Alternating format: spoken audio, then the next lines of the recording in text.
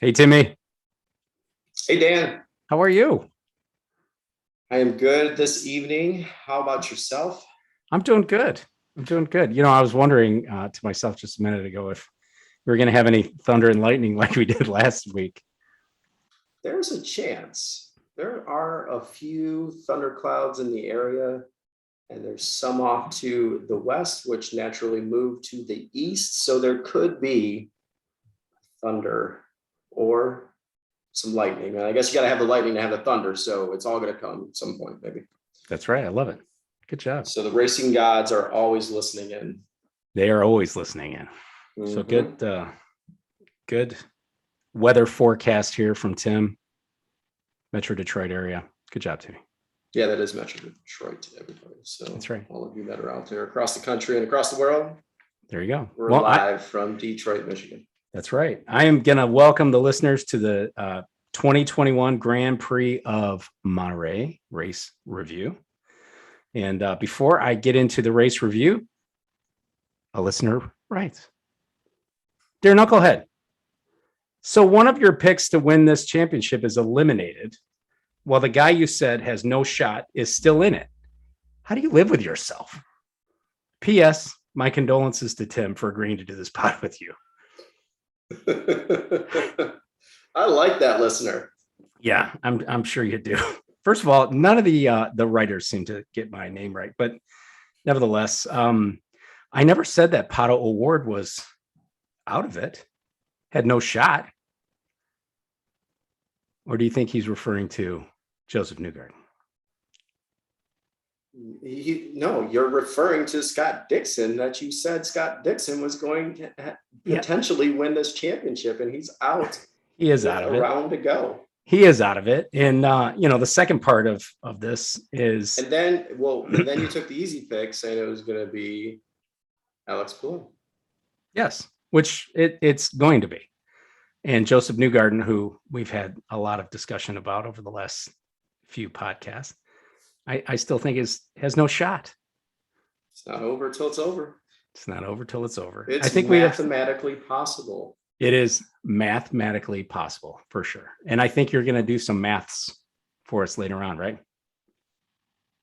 Yeah, I think so. I'm going to try it out, see if I got my numbers right.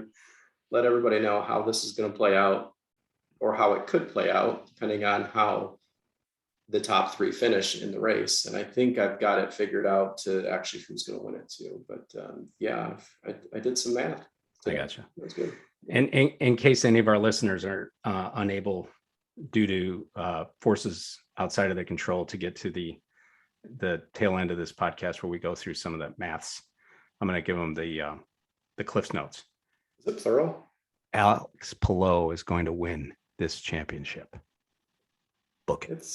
It's you are booking it right now when he has quite the lead over the others, right? Yes. He's got 35 points over Award. Yes. And 48 over Newgarden. But that doesn't eliminate them. Anything can happen. No shot. That's why in sports, that's why they play the game, or in this case, that's why they race the race. That's right. Let's see what happens. Anything can happen. Anything can happen. Mm-hmm.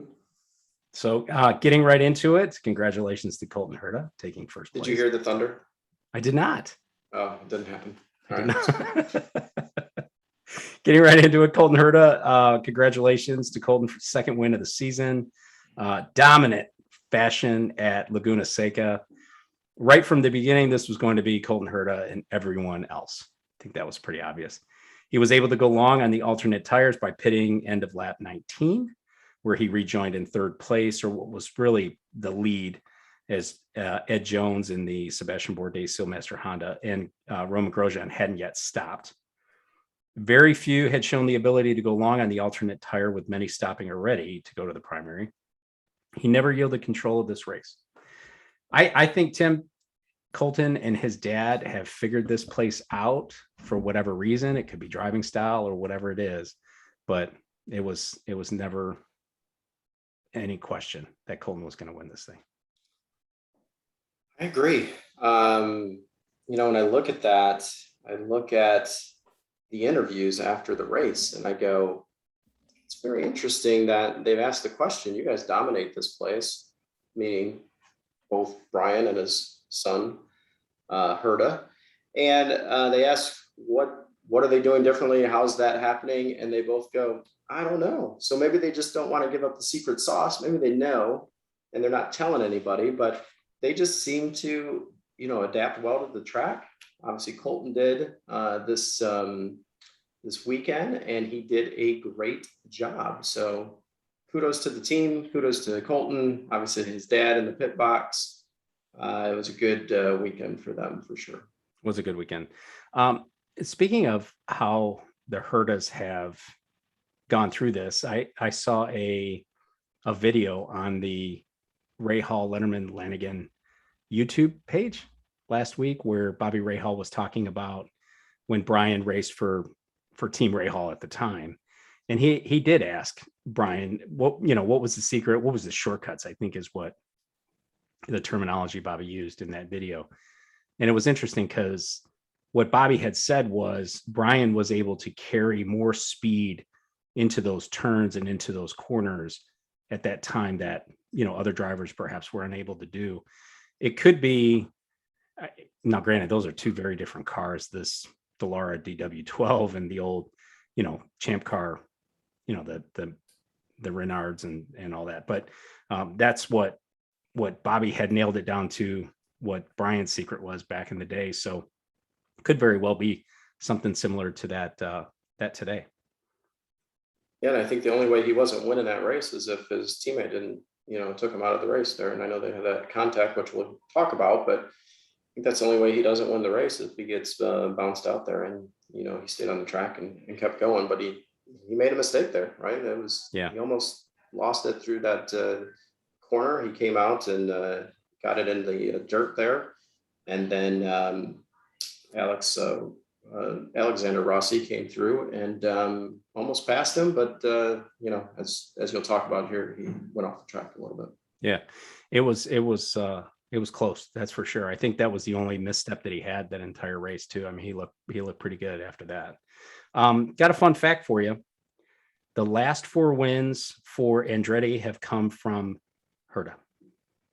And they are Laguna Seca yesterday, St. Pete earlier this season, Mid-Ohio in 2020, and Laguna Seca in 2019. No other wins at Andretti Autosport. That's a good stat. That is a good stat.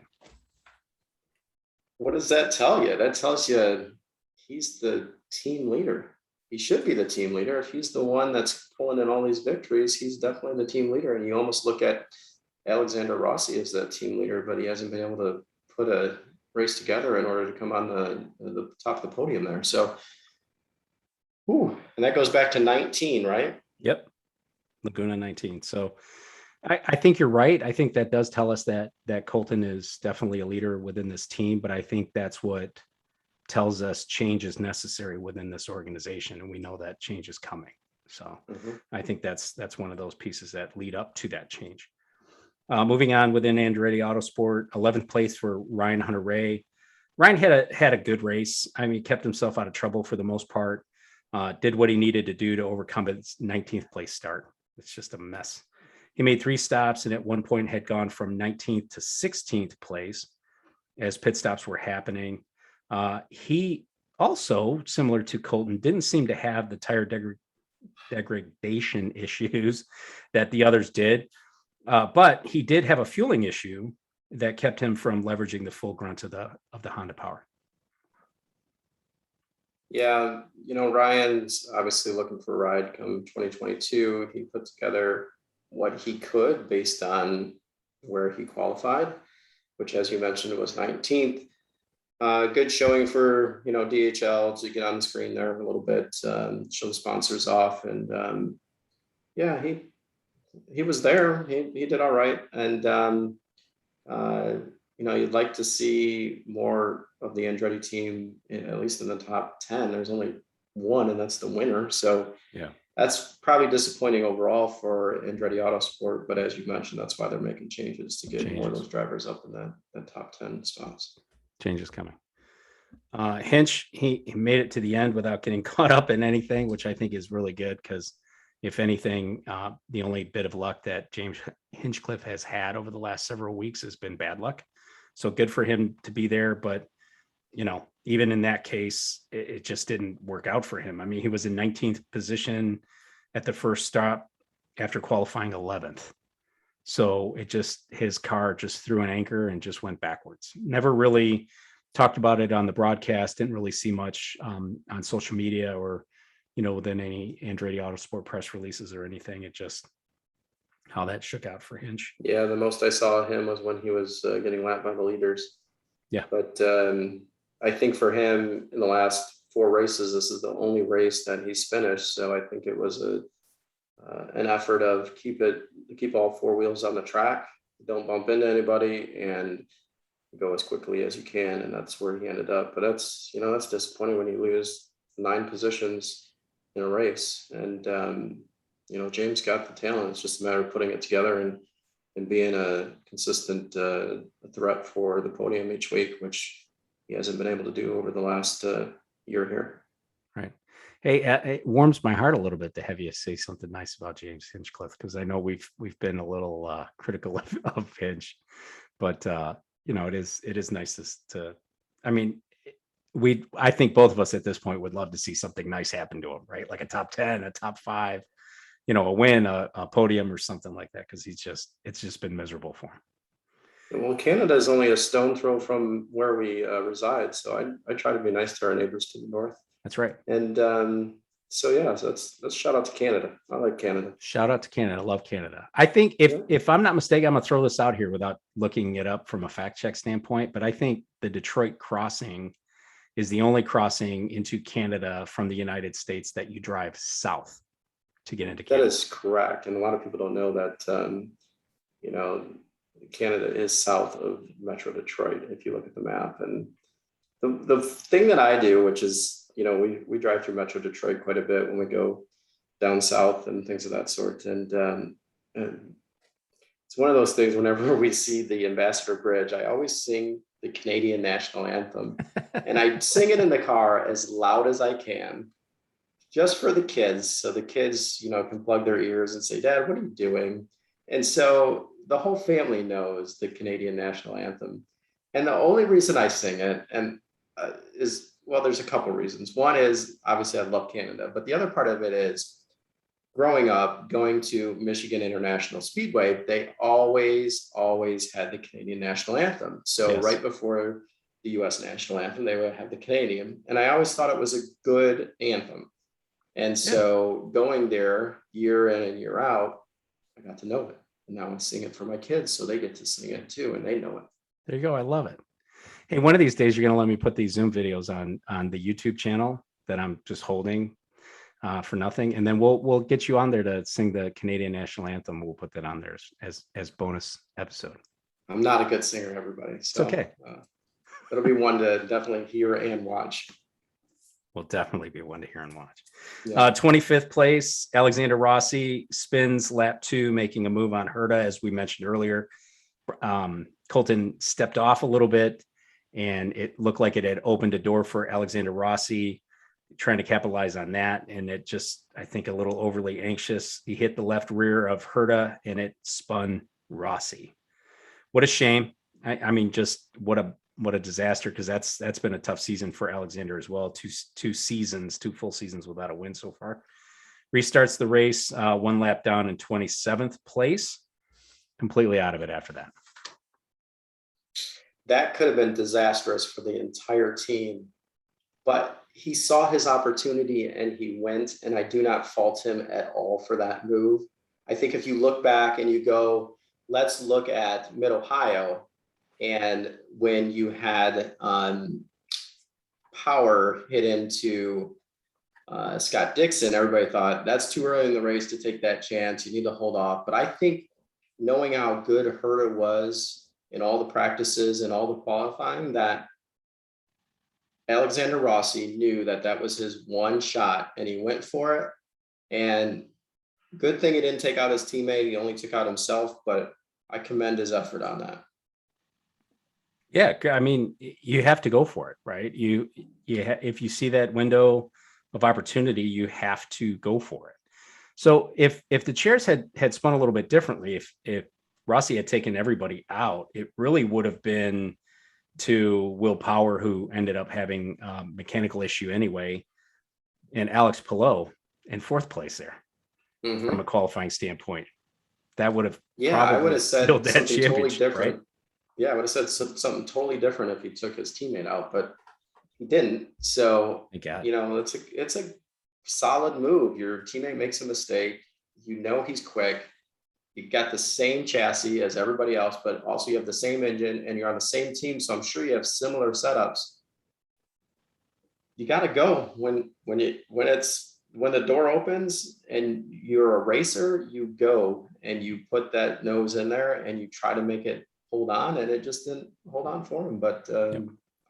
I don't think he would have been. I don't think going back to the team trailer, I don't think he would have got a talking to or anything like that on that move. I think it was a perfect opportunity to get in there and make something happen. Michael Andretti would have made that same move on any one of his teammates. Yes, he would have. Yep. Second place, Alex Palou, championship leader. Alex Palou, future champion. Alex Palou. He's leading the championship. Hanging tough by starting fourth and finishing in second place. There were times when it looked like he was reeling in Herta, but otherwise, I mean, he couldn't get it done. I also feel he was largely uncontested by Pato O'Ward, who ran much of this race in third place. At one point, Palou was 22 seconds up the road from O'Ward. Toward the end of this race, there was a hard-charging Romain Grosjean running 2 seconds faster. We all know what the freight train known as Romain Grosjean looked like toward the end of this race. If Grosjean would have continued his charge through the field, had he not bumped into Jimmy Johnson, if he had continued that hard charge through the field and got close enough to Palou, and you were Palou's strategist, would you tell Alex Palou to let Grosjean through? Yes, I would, most definitely. You I would would? say, yeah, I would say Grosjean's coming. He's quicker than you. He's on newer tires, and that's the reason he's quicker than you. We're in this for the championship. He's in it for a race win. Tread lightly when he's around, and if he gets a run on you, if he's 5 cars behind you and he's coming into the braking area, just look out for him. So check your mirrors twice before you turn in. And that's how I would have delivered it to my driver. Yeah. It's funny. I'm surprised to hear you say that. We don't talk about a lot of this stuff, too much of this stuff ahead of time, but it's funny. I'm surprised to hear you say that, because I would have said the same thing to Palou. I would have said, dude, if he comes up behind you, let him through, right? We're racing a championship. We're not racing Romain Grosjean. That is correct. That's what I would have done. That is the right call. Yeah. Sixth place, Marcus Erickson. God, Marcus has put together a nice season. He really has. Quietly working his craft within the top 5 by lap 36. Marcus spent much of the day in the top 10, but didn't seem to be a threat to Herta or Palou. Not sure he would have really raced Palou too hard given their respective order in the championship. Again, this is a great finish for Marcus, who, like I said, had a great year. I am picking him for Long Beach because of the prowess he's shown in Detroit and Nashville, both of the 2 of the harder street circuits on the calendar this year. You said you're picking him for what? Long Beach. Oh, you are. Yeah, I am picking him for Long Beach. I might have misspoke there, but I'm picking him for Long Beach. You said it, and I was looking at some of my notes, and so I wanted to make sure I heard you right, and that's why I asked the question. But no, he's had a great year. He's had a great back half of the year too. I think he just ran out of time. Yeah, he's been solid, totally solid, and race wins, as you mentioned. And as he said in his interview, he's looking for 2022 as a breakout season. Not that it's a bad season here, but as a breakout season to really go for the championship. Right. And I think obviously he's got the team around him to do that, right? You're on Absolutely racing, so yep. You totally have the equipment, you have the personnel, you've got the other drivers that can provide input.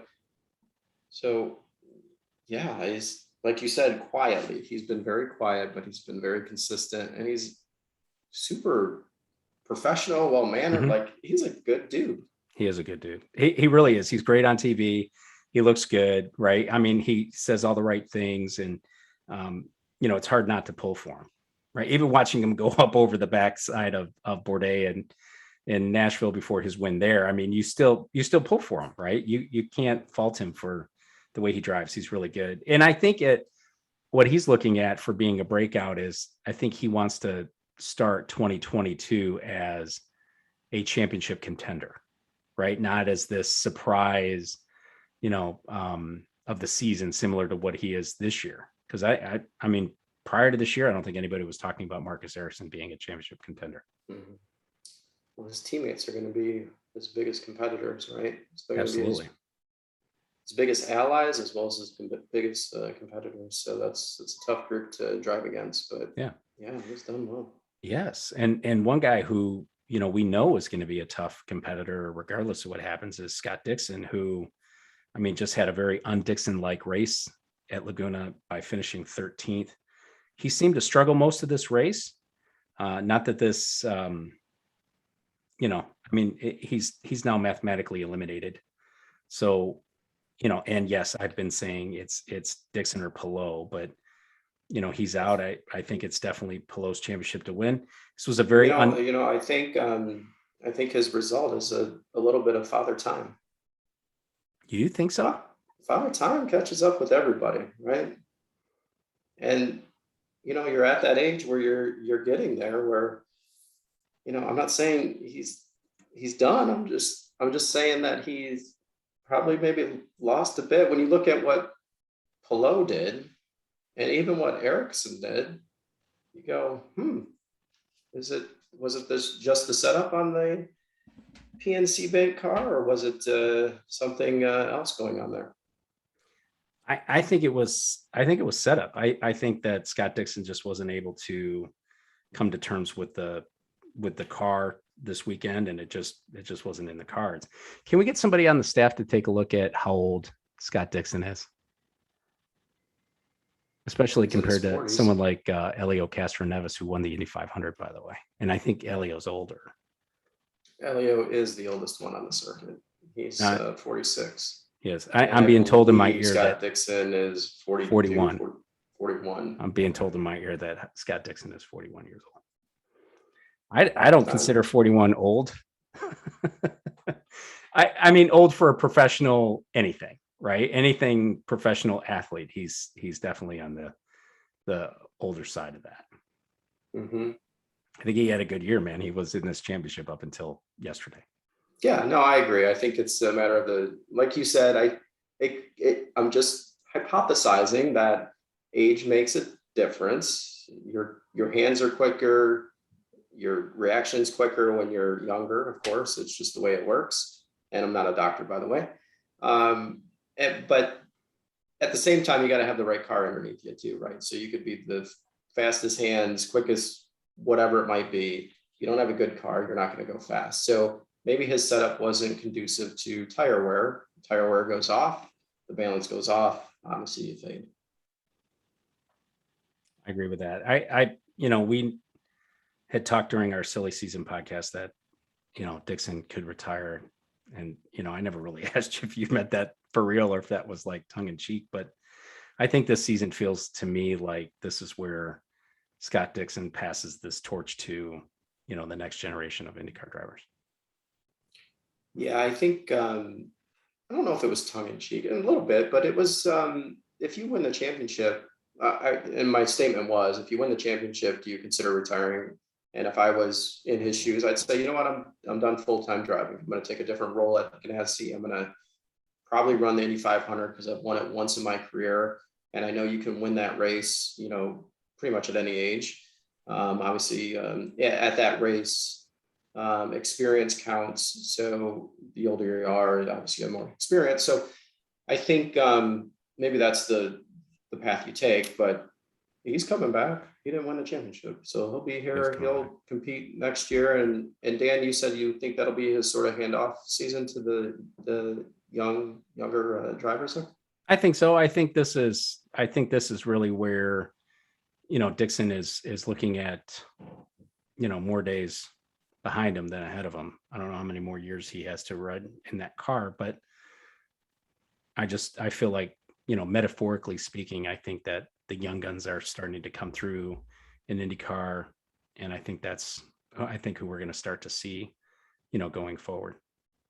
Will Yeah, and you Power, by the mentioned way, who's Alio, one of which the was guys. interesting. Yep. Go ahead. I was going to say, Will Power is one of the guys I think, has tremendous car control. I think we would agree with that. And I mean, especially ringing it out for one lap, even a car just hanging out all over the place. William Stephen Power is 40. I know. I didn't think we are seeing the tide change here in Yes, we are. IndyCar, right? We're seeing the young drivers come in. We're going to see the old drivers go out. You've got one of the old drivers who's got a full-time contract for next year, and that's Alio. And you mentioned him earlier, and he's not done as well as Jack Harvey, who's obviously younger than him. So, man, for that team, that makes me think, the last two races, did you sign the right guy for the whole season? Maybe. I don't know. I would expect him to be as quick as Jack, if not quicker, but it hasn't shown in like I said, the last two races. No, you're right. You're right about that. I think, Elio needs some time behind the wheel to get up to speed again. And that could be a function of age too with that one. So function of age, man, Timmy, you know how to tee up all these segues. I appreciate it. 17th place, Jimmie Johnson. Jimmy's best finish of the season, right? I've been tough on Jimmy. He was in the mix with the cars around him, and he showed some expertise with some passes. I know he was mixing it up with the likes of Max Chilton. Then he showed some veteran moves while trying to hold off a hard-charging Grosjean in the final laps of the race. I mean, Grosjean obviously got by him, and it's the move of the race. When you look at it, it was just completely insane. And lucky that he didn't take both of them out, he being Grosjean. This time I believe it though, when they say it's starting to come around for Jimmy in IndyCar.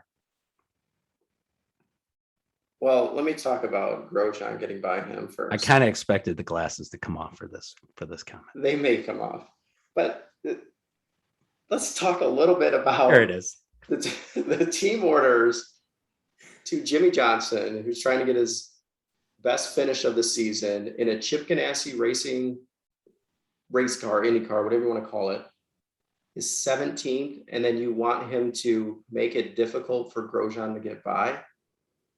No, you don't send that call to Jimmie Johnson. You send that call to Jimmie Johnson, Grosjean's coming, be on the lookout. You don't want Jimmy to get in the way of Grosjean coming through the field. It made for a great end of the race. I know they're trying to protect Palou there, but let Palou run his race, let Jimmy run his race, and let Grosjean come through the field, because Jimmy's not fast enough to hold up Grosjean, not even to make it difficult.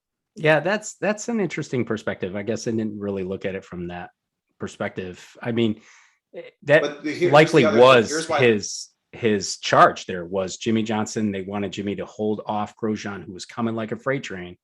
But you're right. I mean, you got a guy who spent his entire career successfully in NASCAR trying to hold off a guy who spent 9 seasons in Formula One. And what has Jimmy done all season? Get in people's way. But you might have something more. He's pulled over to let people by that are faster than him. So what does Grosjean think's going to happen? He thinks Jimmy's going to slide over and say, go on by. I'm running my own race. I'm here to learn. I'm here to get better. And I'm here with my best result thus far. And so I'm sure it took Grosjean as a complete surprise that Jimmy came over. Yeah, and then some, right? I think it was a complete surprise to Jimmy that Grosjean would throw it in there like that going into the corkscrew. So this moves on to Coyne, who, Grosjean finishes third. Grosjean throws that car into that turn coming into the corkscrew, and that thing was wobbling all over the place. Front wing, side pod, little bumping and banging. But I think this is the reason why these drivers race these cars the way they race these cars, is because they're durable. They're very sturdy out there. Because had that been a Formula One car, that thing would have been in 1,000 pieces. Had that thing been a 98 Reynard chassis or whatever, it would have been in 500 pieces. totally. he would have torn that car up completely. So I think that's one of the reasons why they race him the way they do. I don't know necessarily if Grosjean knew that his car was going to stay in one piece when he did that. I think that was just pure luck. But he was on fire at that stage, especially. I mean, and he was on fire for the most part during this entire race. Found some luck on that inside move though. Happened? What's that? Were you sitting down when that collision happened? I was on my feet as it was happening. Because I have been rooting for Romain Grosjean this entire season. And I thought, I don't want it to end this way. And when he went in there, I don't think I was breathing, right? Like I think I inhaled so hard it lifted me off the couch when that thing happened. He was running 2 seconds faster than the leader with 10 to go, with the leaders only 10 seconds ahead. Then he goes full dive bomb, which we talked about with Jimmy Johnson in there. I mean, we talked a lot about it already. I mean, he was lucky to pull that thing off. I don't mind it though. Another fun fact, 27 passes on track, 15 of those for position. That's amazing. So the only thing I don't like about the contact is the orders that came down from Chip Ganassi Racing, which I already mentioned. I don't blame Grosjean for throwing it in there because Grosjean would think that Jimmy would pull to the side as Jimmy normally does, and he's already a lap down at that point. So, and no penalties. So give it to IndyCar for not throwing out any penalties, which I don't think a penalty would have was appropriate for that situation. Maybe a fine to the team. I would consider that for that order, but that's the only thing I would consider. It would not be a driver issue. It would be a team order that doesn't make sense based on what you've done all season. But Grosjean can drive the car deeper than anybody else. He had a different line to find grip. And, when you went into the Andretti hairpin, his line was totally different from everybody else. Yeah, and he came out like a rocket ship. Sorry, Sebastian. And he totally was the fastest guy on the track for the last stint. And again, his tires were newer. It was just a pit strategy thing. So great work by the team. And I would have loved to have seen the battle for second and potentially even first. Yeah, I agree with you on that perspective. I think we're speculating that maybe Ganassi wanted Jimmy Johnson to hold up Grosjean, right? I mean, we don't know that. It looked like it was on the radio. I heard it. It was? Yes. Okay, I take your word for it. I missed it. But okay, so you're right. I mean, you were bad standing up cheering. Right? I was flipping out. The radio broadcast or the radio communication to the car that said, make it difficult for Grosjean to get by. Right. And I want to tag onto your point here about how Grosjean was running, really what looked like his own line around this track. And I think that, right, to take back to my very early statement about what Bobby Rahal said about Brian Herta, he's carrying more speed into the turns. Roman was definitely carrying more speed into these turns. And I think that was what was turning this race upside down. Where did he start? He started kind of mid-pack, right? Yeah, 13th place. Yep. And he finished. He was the biggest mover of the day. Yeah. So there's something to be said there, right? I think we'll see good things from Romain Grosjean next year at that track. And, I think little Colton Herta is going to have his hands full with Romain Grosjean at Laguna Seca next year. The other thing I saw was that Rossi let him by. Everybody knows why Rossi let Grosjean by. Why? They're going to be teammates next year. That's right. That's why. 10th place, Ed Jones in the Sebastian Bourdais Sealmaster Honda. Early on, Ed was racing with Scotty McLaughlin and showing a strong pace just inside the top 10. This team has had a good second half of the season. If you take out Gateway, since Nashville, Ed has a 6th place, a 14th, and an 11th. And this is part of that partnership with Jimmy Vasser and Sully Sullivan with Dale Coyne. And this is not a confirmed entry for next year just yet. No, it's not. And I don't know if they're exploring going on their own or if they're exploring a different technical partnership with somebody, but where else would you go? I think, we've said it here is Dale Coyne runs a pretty good team. Yeah. I think they've got very capable people there. So I don't know why you would look into going somewhere else. I don't know that it would be a big game changer for you unless it were, a switch from Honda to Chevy or something like that. But I don't see that in the cards either. Do you think Ed Jones' latest results and competitiveness have anything to do with those teammates sort of gelling and sharing setups and stuff like that? We've heard of another team looking for a driver that will help with setups. So I'm just wondering if that's happening on the Coyne team that, other teams are trying to emulate.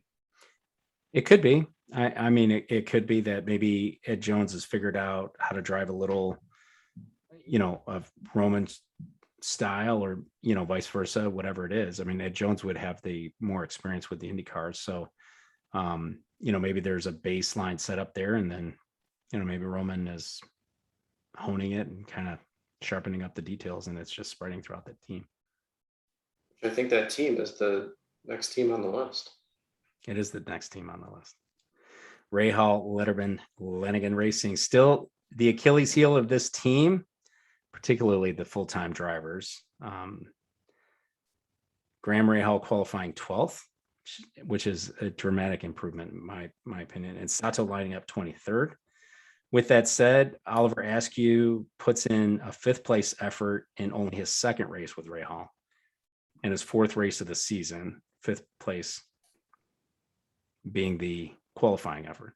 But this team had a pretty good race for both Askew and Graham. We'll talk about Sato here in a minute, but Graham and Oliver had a great race overall. Graham finishing 4th, started 12th, as I mentioned, but really had a good race and was running well all day. He passed a bunch of cars and seemed pretty confident in the equipment this weekend. This team has had what looks to be a very qualified engineering staff and have for a couple of years. And they look to be flush with sponsorship, and they have for several years. I don't know why it's taken this long for them to finally, gain some momentum this season. Maybe it's the young teammates that have come in that might be lighting a fire under Graham's seat. Just never know. I want to say this real quick. Did you realize, and I did not realize this, and this came from Graham's social media. He's had 7 top 10 finishes this season. It's great. I did not know that. And they've been solid. They were solid yesterday. They did a great job at Laguna. I was anticipating that something was going to happen when Grosjean was coming up, but it was a very cordial passing maneuver, and as well as from the driver that was getting past, that being Graham, he raced clean there, which I wouldn't expect anything different, but it was that podium finish that I was like, ooh, he's not going to want to give that up. Yeah. And I thought there could be some potential contact, but there wasn't. It was a clean race, and the team did a great job. And he started, as you mentioned, 12th, finished 4th. So good move with regards to that, where last weekend he did it the opposite way, where he started up front and then kind of fell. So good work. He must have managed his tires well. He had 3 pit stops like the rest of the top 6 finishers, and had a good day. So I'm sure he was a little disappointed to not be on the podium, but when you have a guy coming behind you that quickly, you have no choice but to sort of let that play out. Yeah. I would say I'm a little surprised by the 7 top 10 finishes of the season. They're hanging their head on that, which is fine. But I still kind of look at it from the perspective of, given the sponsorship that this team has, given the engineering expertise that this team has, and how long that they've been in business and how much success that they've had track record wise, I don't know that 7 top 10 season, top 10 finishes this season is really something to hang your hat on. No, and I at some point, right, somebody's going to call me out for constantly bashing on Graham, and it's not where I'm going with that, but as a fan of I'm just going to call it Team Rahal. A fan of Team Rahal, both Bobby and Graham, and seeing what this team is capable of doing. I just feel like it's flat for some reason. I think Graham feels the same way you feel.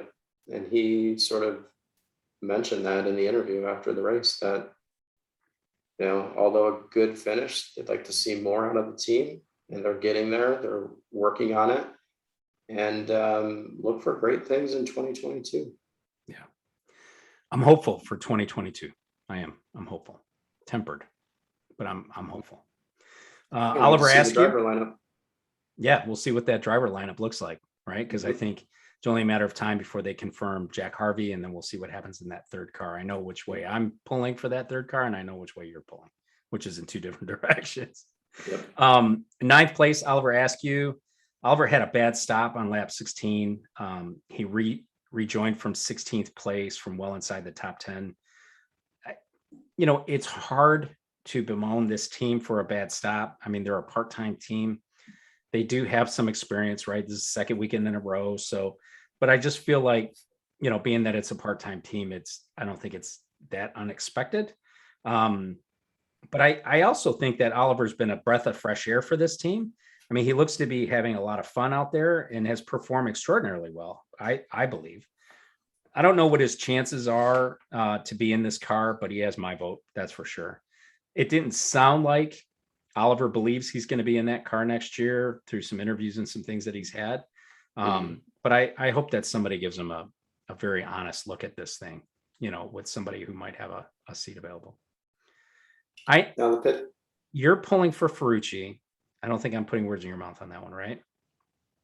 No, you're not. Right. But you have to like what Oliver has done here and last week in Portland.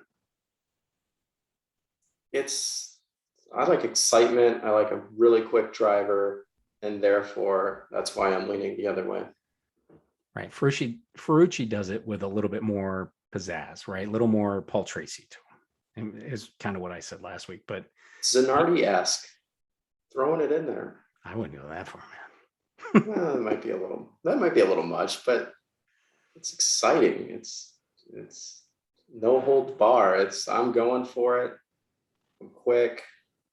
I've got personality that's a little rough on the edges, which is fine for IndyCar. We don't need every driver to be a PC driver. That's great for, obviously they got to be good for their sponsors, but you need a little more than that, I think, to mix up the series and to draw some new fans in. And I think if you get someone that's a little on edge or brash or whatever you want to call it, I don't know if that's the right word, but somebody that's gonna bring some excitement, bring it on, make it happen. And I know sponsors and teams get a little gun shy on that. They want to pull back a little bit, and maybe, knowing Bobby from being around some of his signings and stuff like that way back in the day, he's not that type of guy. So maybe it's just not the right fit in the right team, but I think somebody needs to bring him on because it's good for the sport. Or maybe Ferrucci is the right fit because they have a lot of safe at Team Rahal already. Right? Jack Harvey isn't going to do anything to, embarrass anybody. He's going to do it all on track, and he's going to, say anything too big and gregarious. And neither is hopefully Graham. In that situation, opposites attract. That's yeah. Yeah, it's possible. Still pulling for Oliver. 27th place. I didn't convince you. That might be my little. No. Didn't convince you. Okay. 27th place. Takuma Sato had a lazy spin in the corkscrew around lap 38. Backed into Dixon, by the way. Sato takes into the pit where the crew tells him to shut it down. Broadcast really didn't have too much to say, but Sato was 4 laps down and running his usual hard charging self when he rejoined. He started in 23rd, but that might have had to do something with some of the aggression that he was showing on track and put him off strategy to get forward, but it just didn't work out. Hey, one of the things that they talked about on the broadcast was in that spin that he should have been quicker to grab the brake as opposed to, continuing to allow the car to drift backwards, and that's how he That's how he kind of, grazed the side of Scott Dixon. Do you agree with that? No, I don't break the vehicle or stop the vehicle, if you will, right in the racing line. Right. And that's where he would have stopped. So anybody coming over that blind hill would have T-boned him. If there was somebody that was that close, you need to back off of the racing line so you don't get hit. So I don't think he was at fault for backing that vehicle up. Plus, if you stop right there, you have a harder time going forward anyways, because you have to go through the dirt. So you want to bring it back. But being in that racing line and that blind corner, roll it back out of there. Dixon chose the wrong line, is what it is. So no, I don't see any reason for him not to do what he did. I have no reason to disagree with that. Good job. Ferrucci. Are we going to go back to Ferrucci now? No, I'm disagreeing on Ferrucci. All right. Fifth place, Pato Award, one of two drivers to start on the primary tire within the top 10, that is. McLaughlin being the other guy. Similar to practicing qualifying, Pato is having to overdrive this car. It just feels to me when you see it on screen, you see the way his hands are moving, I just feel like he's overdriving this car. And I'm starting to feel like some of his tire deg issues are less about setup and more about just a super aggressive driver who's wearing out his tires early in the stint.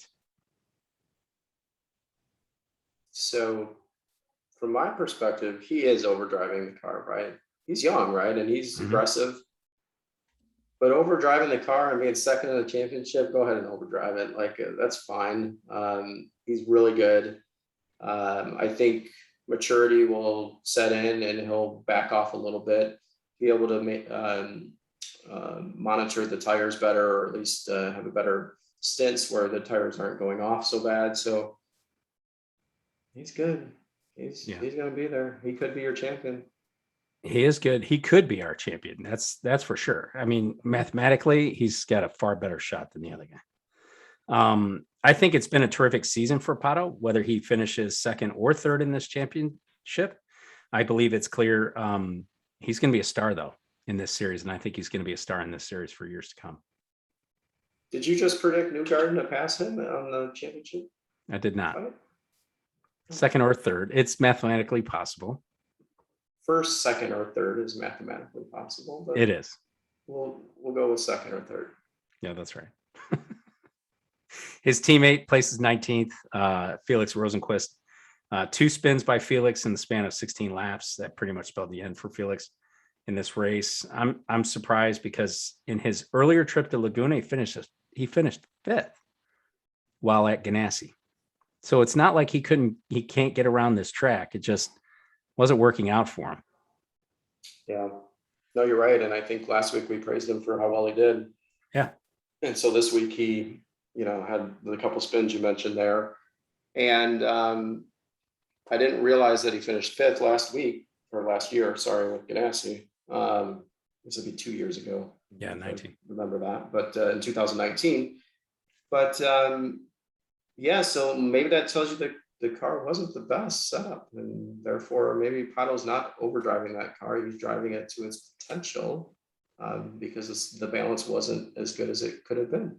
Yeah, I could easily see that side of it. I really can. I feel like he's overdriving the car. He's either overdriving the car because he doesn't have confidence in it. He is too aggressive and doesn't know how to conserve it, or he's overdriving the car because the car is just not great from circuit to circuit. Mm-hmm. So yeah, I mean, it's one of those two. I think it's a learning curve for Arrow McLaren to figure that out, and so they're figuring that out, and I think they're second in the championship, right? But they're going to figure it out, and they're going to have more consistent cars, and they're going to be one of the top teams to deal with week in and week out. Yeah. 7th place, Joseph Newgarden. This was a mess for Newgarden. With a 17th place qualifying effort, he needed, coming into this, a flawless weekend to remain in this championship hunt. And that seemed to be the case after the first practice. And I don't put any stock into practice sessions, as you and the listeners are aware. I do not. But Newgarden was first in practice 1, 10th in practice 2, and then came out laid an egg with 17th place for qualifying. Mm-hmm. He followed that up with 6th in the morning warm up. I went through the full sessions, right, with Joseph, and it makes absolutely no sense other than the inconsistency that I was tweeting about during the week. This team has been inconsistent. Okay. Newgarden had no choice but to play a very aggressive strategy. He stops early, very early, at the end of lap 8 to fuel and move to the alternate tires. We know now it's because his tire deg was just off the charts. So the early stop to primary tires didn't pan out as those tires were toasted by lap 24. And Newgarden was falling back like he was in reverse. By lap 48, he had already stopped 3 times, Tim. It was a 95 lap race. And with that stop, he needed to take the primary tires 25 laps, which he hadn't shown in this race to be able to do so far at that point. At this point, moving into Long Beach, Joseph would have to sweep. We're going to get into all those scenarios, right? But just knowing how inconsistent they've been, he is battling for second place for sure. I don't have a lot of confidence in that. I don't have a lot of confidence in what's been going on with this team this year. Yeah, the inconsistency has cost them the championship. They had it. They could have made a move, and for whatever reason, it just hasn't come together. The qualifying in the last 2 races, not just here at Laguna, were really poor. Practice time's really good. So it's tough, and you can see it on Joseph's face when they interview him. It's a lack of interview because he stormed off after qualifying and didn't talk to anybody.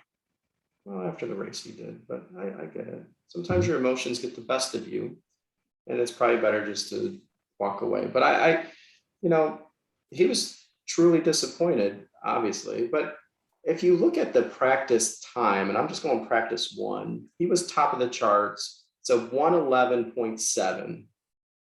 However, when you look at qualification times, you're in the 110.7s. And that's in the final qualification where you don't have sticker tires at times. The best qualifying lap was a 110.5. So you're still a second and a 2/10 off. So were they really that fast? Or was the car not that fast? No, car wasn't great. Car wasn't. They were lucky in a track that had no grip, had no rubber on it, on a very green track. I think they were lucky because they started falling off in each subsequent session. But we say that, but the best lap of the race was done by Joseph Newgarden. Yeah, well, it's puzzling. It is. It is. Well, he stopped he stopped a bunch of times. So, like Grosjean. Yeah, and that was on lap 10, which was right after he pitted, right after the start, right? So lap 8, he pitted. By lap 10, he had the fastest lap because he was out in clean air running. And everybody else was dealing with traffic. So it's a lost opportunity, as I said earlier. Yeah. Simon Pagenaud finishes 8th, which I think was a good stop there. Without much. This is funny. I was thinking with all the pushing and shoving that's gone on this season or this back half of the season with Simon and his teammates, Will Power and Joseph Newgarden and everybody. If I were Simon Pagenaud, I probably would have raced Joseph much harder for that 7th place. But that's me and he's him. So he didn't and managed to bring home a quality 8th place finish. You're shaking your head no. Yeah, no, you don't do that. You drive behind your championship contender and you give him the points in that situation. That is direct team orders not to pass Joseph and give him as many points as possible, because if you pass him, he's probably no longer mathematically eligible to win the championship in the last race. And he's able to do that if he has a stellar event in Long Beach. Yeah. He is. Well said. All right. 12th place. You can't pass him. That's right. I understand. I understand whether it was established in the beginning in the team trailer amongst teammates or the unwritten rule, right? I get it, but you can in the middle of the race. Everybody has bounced off of this guy and treated him, like he doesn't belong. I think once it became kind of known that Simon wasn't going to return to this team, I would have taken a higher, percentage opportunity to make a pass there. But I would have made a statement if I were Simon.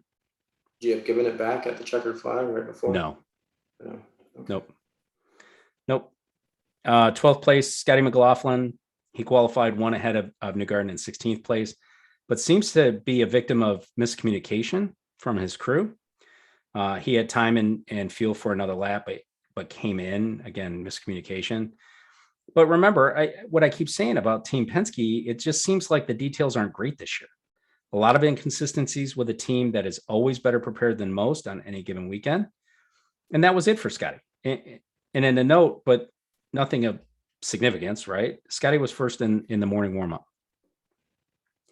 In the race, he was one of two drivers to start on the primary tire within the top 10, but that didn't seem to really matter much. On Twitter, he said that he made a mistake in the pit, but I didn't see it. I don't remember them talking about it on the broadcast.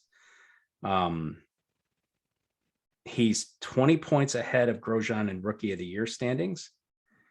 And that might be luck because Scotty ran the full season and Grosjean missed points in 2 races at Texas and a double points race at Indy. With that as the backdrop, he should be well ahead of Grosjean. And he missed points because he didn't compete. That's right. For me, McLaughlin, what I liked this weekend was the PPG colors. Yeah, I'm with you there. That's what I liked. Yep. Other than that, the miscommunication to get in the pit box, that's not good. It's pit, it's box, it's this lap. It's pretty straightforward. So I don't know what happened there. Maybe next year when this team goes to 3 cars, they'll be able to sharpen it up a little bit and clean up some of these messes. So that's 20 my prediction. I think that's pretty good at this point. I think you can book that one. 26th place, Will Power. Let's face it, Will's the undisputed king of qualifying on this team, and he has been for a while. Qualified 3rd, but was relegated 1 place due to a penalty for not slowing for a yellow flag caused by a spinning Pato award. This race obviously didn't go as planned for Will, as it seems like he had an issue with his Chevy Power. It looked like in social media today, I saw that it was an electrical issue. By the time he was able to return to the track, he was just not a factor at all. And it's a shame because I would have loved to have seen what Will had for Colton Herta, for Alex Palou, and, a charging Romain Grosjean at some point. I would have liked to have seen what Will's race really would have turned out to be. Yeah, I would have as well. And, like you said, with the qualifying, he's really good at qualifying. And you mentioned he's the undisputed king of qualifying in this team. I think I so. would scratch team. This is a series all time. I like that. Absolutely. Yeah, it's all time for him. Yeah, absolutely. He's right there with Mario on the number of poles. Yeah, he is for the series. So he's a stud. Yeah. Father time coming though. So 40. Get it now while you got it. Now so Father Time, you're right. I would say that a 40-year-old Will Power is actually outperforming his age, right? I think he continues to do that. Yeah.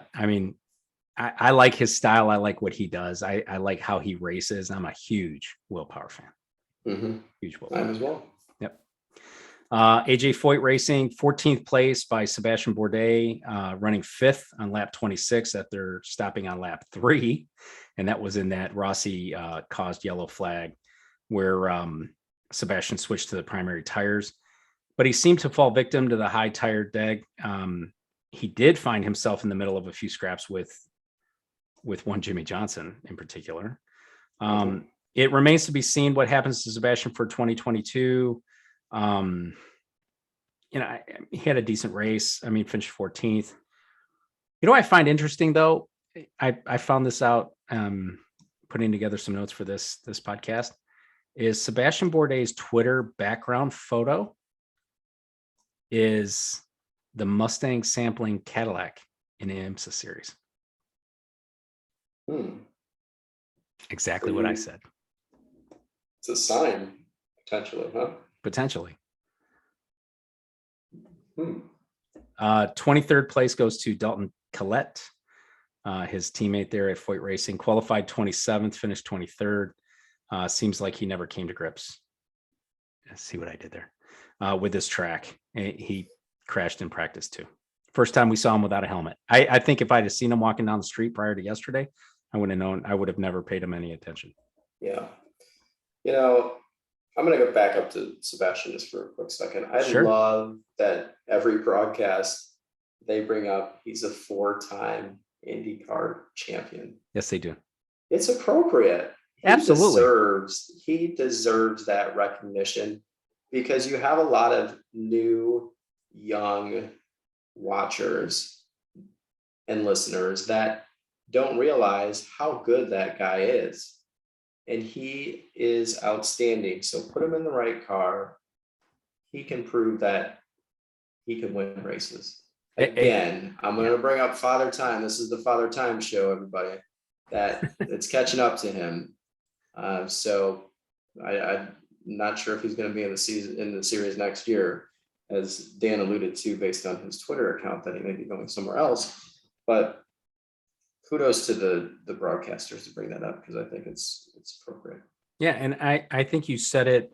I think you said it perfectly. How fast this guy is, because it's really not like he's not fast anymore. I think he's struggling with an undeveloped team, and I think he's been able to deliver more from that team than certainly many other drivers would have been able to do. He's 42 years old. Our production staff is on it today, man. Wow. He's 42 years old. Yeah. He looks great for that age. He really does. Yeah. He does. Meyer Shank Racing, Jack Harvey, 15th place. This is what I call the no call, no show for Jack this weekend. I mean, he qualified 20th. The whole team seemed to be off the mark. Elio qualified 22nd. Kind of a bummer, because I know Jack wants to show well for Meyer Shank before he moves on at the end of the season. They were just out to lunch on this one. Not much to say. 24th place finish by Elio Castroneves. Again, just a victim of the team not hitting the mark this weekend. I hate to see that for Elio, but I also think he's got a little bit of a learning curve to come up and learn a new car, learn a new engine, learn a new team. He spent 20 years at Penske. Mm-hmm. So I think his learning curve is steep. The glasses are off, so here comes something really good from Timmy.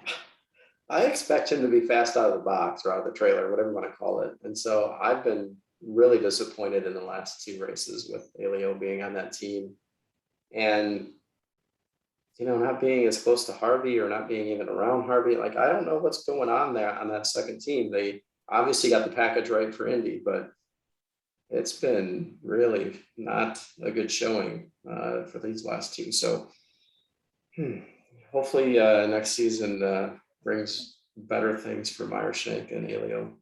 And that team has a technical partnership with Andretti Autosport. So you would think that with that technical support that they would be able to show up anywhere with a pretty good base knowledge of how to get around that track. Andretti Autosport was the winner of this race, right? Colton Herta. Yeah. I agree. I'm puzzled. It's just got to be a new team trying to gel on these street and road courses, and they haven't been able to make it happen, which, they made it happen at Indy. So that's the one that I guess counts. So let them work out the bugs here in the end of the season here and come out in 2022 better. Yeah. Speaking of making it happen at Indy, but not so much on the road courses, Ed Carpenter Racing. Here's another one. They just seem to miss the mark this season, or this weekend at Laguna. Connor Daly finishes 16th from 18th place start. Renus VK finishes 18th from 24th place. This team is just not progressing like the others. If anything, I think they've gone backwards a little bit. We've said this before, and I'll hang on to that until we see something more. I don't think it's a talent issue. I think it's a team and team development issue. I think they devote a lot of their time and efforts and talent to the Indy 500, and hope that the rest of the season works its way out. Yeah, it was a bad day for them all around.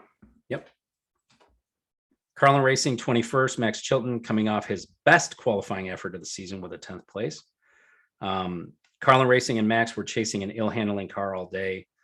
As an aside, the person handling the Carlin Racing Twitter uses the Euro spelling for tires.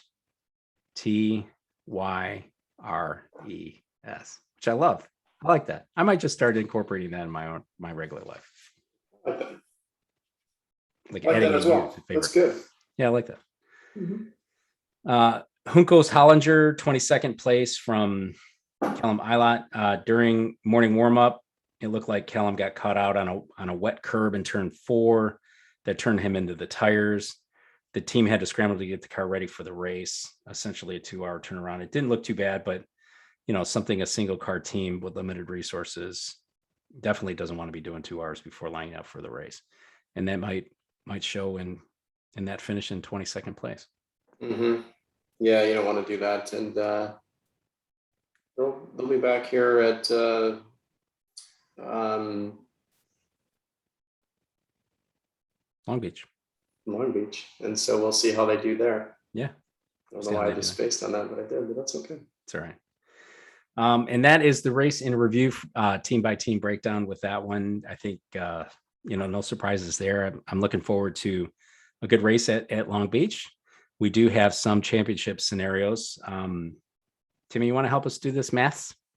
Yeah, we can do a little bit of the math here to try to figure out who's going to win this championship. I think here's what needs to happen, right? So the third place points driver right now, which is Newgarden, right?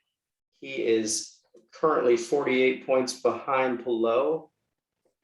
For him to win the championship, which it's got to be a perfect weekend for them, they need to sweep the weekend to make it happen. And what does that mean? He's got to get the pole. He's got to lead a lap. He's got to lead the most laps to get those 4 extra points. And the way that plays out is 1 for pole, 1 for leading a lap, and 2 for most laps led. And then, of course, he's got to win the race. And if he wins it, he gets 54 points. If that scenario happens, Pelot needs to finish 24th or lower. You get 6 points for 24th place. And even if he does that, Award can finish second and lead a lap, and Newgarden will still win the championship. So if Award finishes second, leads a lap, Newgarden and Award are tied in the championship for the victory, but the tiebreaker goes to Newgarden based on number of wins. Oh, interesting. I didn't know that. I would have never.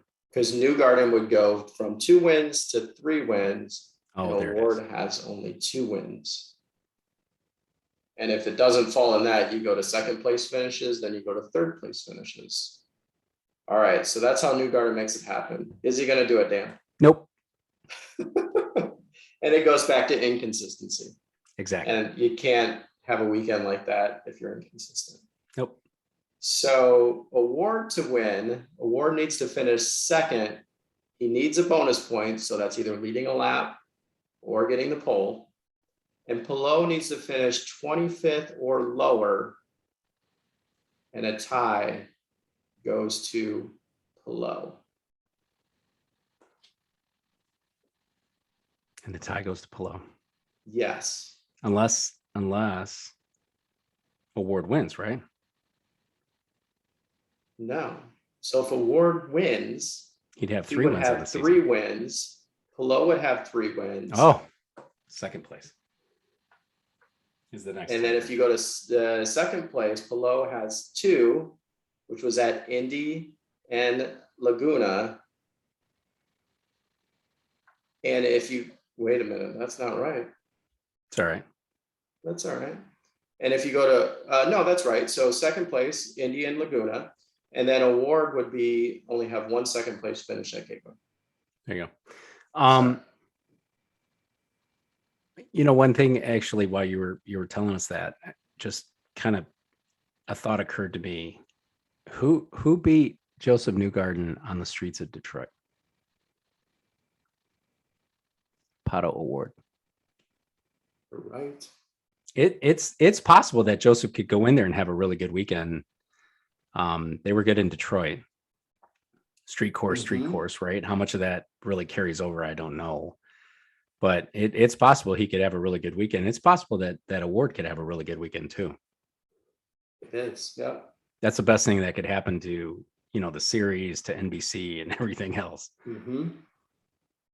And just lastly, if Award sweeps the weekend, right? Let's say he gets all the points, 54.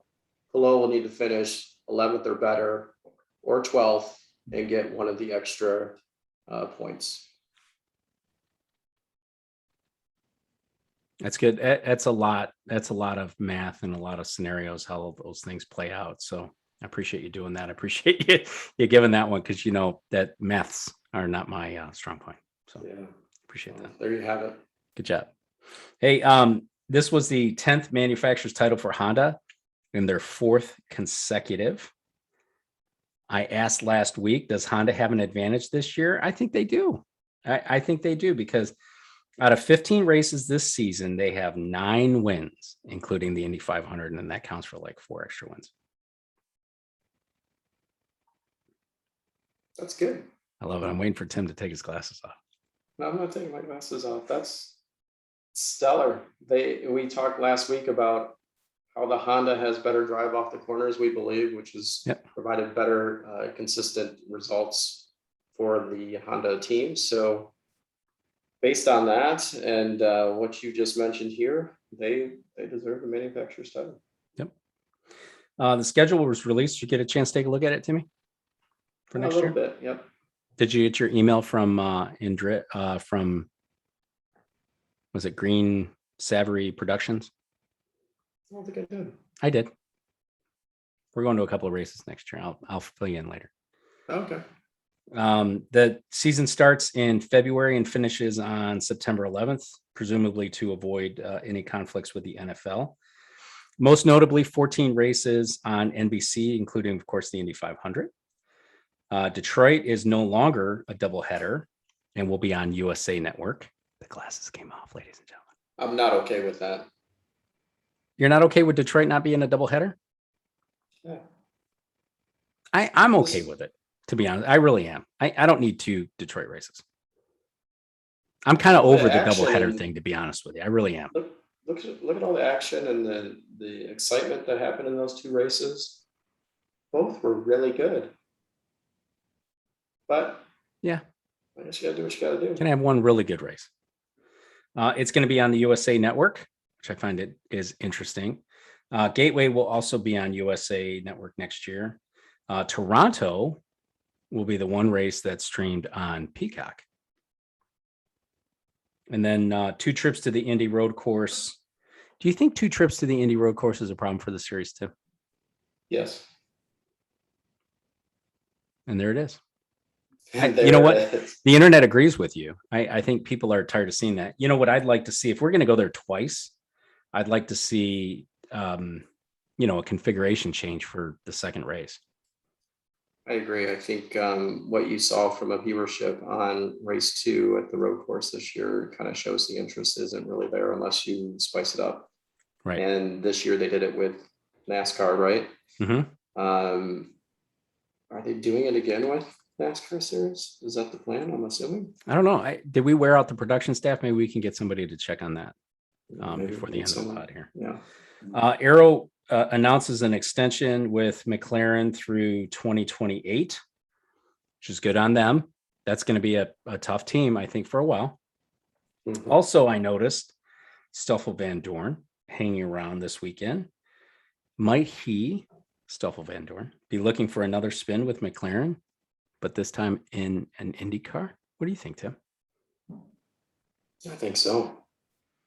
I think it's going to be the surprise of the offseason that Arrow McLaren goes to 3 cars. Did you see Zach Brown was at the race? He was. Did you see his vintage RV motorhome? I missed that. That was awesome. That was awesome. It got airtime.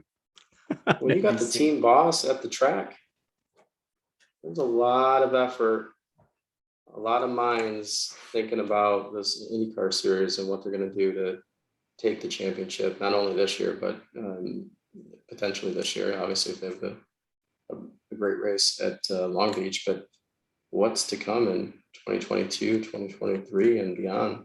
Yeah, without a doubt. They had a lot of horsepower there this weekend. And They're Taylor be a force Kyle, to be reckoned with. Yeah, Taylor Kyle, who's the team president, new father. So congratulations to the Kyles. He came back from paternity, right, early to be on that pit box this weekend too. So I mean, it goes to show you it's all hands on deck, and they're anxious to really put up, one heck of a fight through the end of next weekend and Long Beach to really put in for this championship. They're not out of it. They're not out of it by any stretch of this.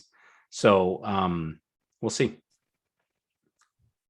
Romain Grosjean crashed the pace car during a Honda promo video that a lot of the Honda drivers do on a weekend basis.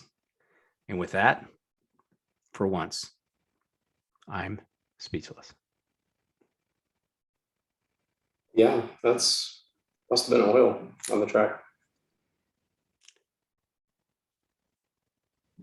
You are speechless. I don't even know. I can't go anywhere with that. So, hey, look, it has been a good weekend here, or it's been a good couple of weekends with this Portland and Laguna, and then getting ready to head to Long Beach. I'm excited. I look forward to a great race at Long Beach. We'll see how this championship pans out. Maybe I'm way wrong, man.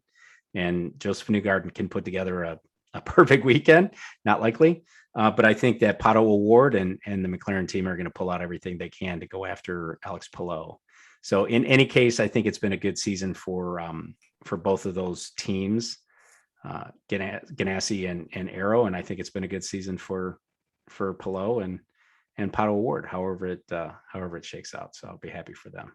So, and with that concludes the Turn 4 podcast for the Grand Prix of Monterey. We'll catch you next week. Thanks, everybody. Good night.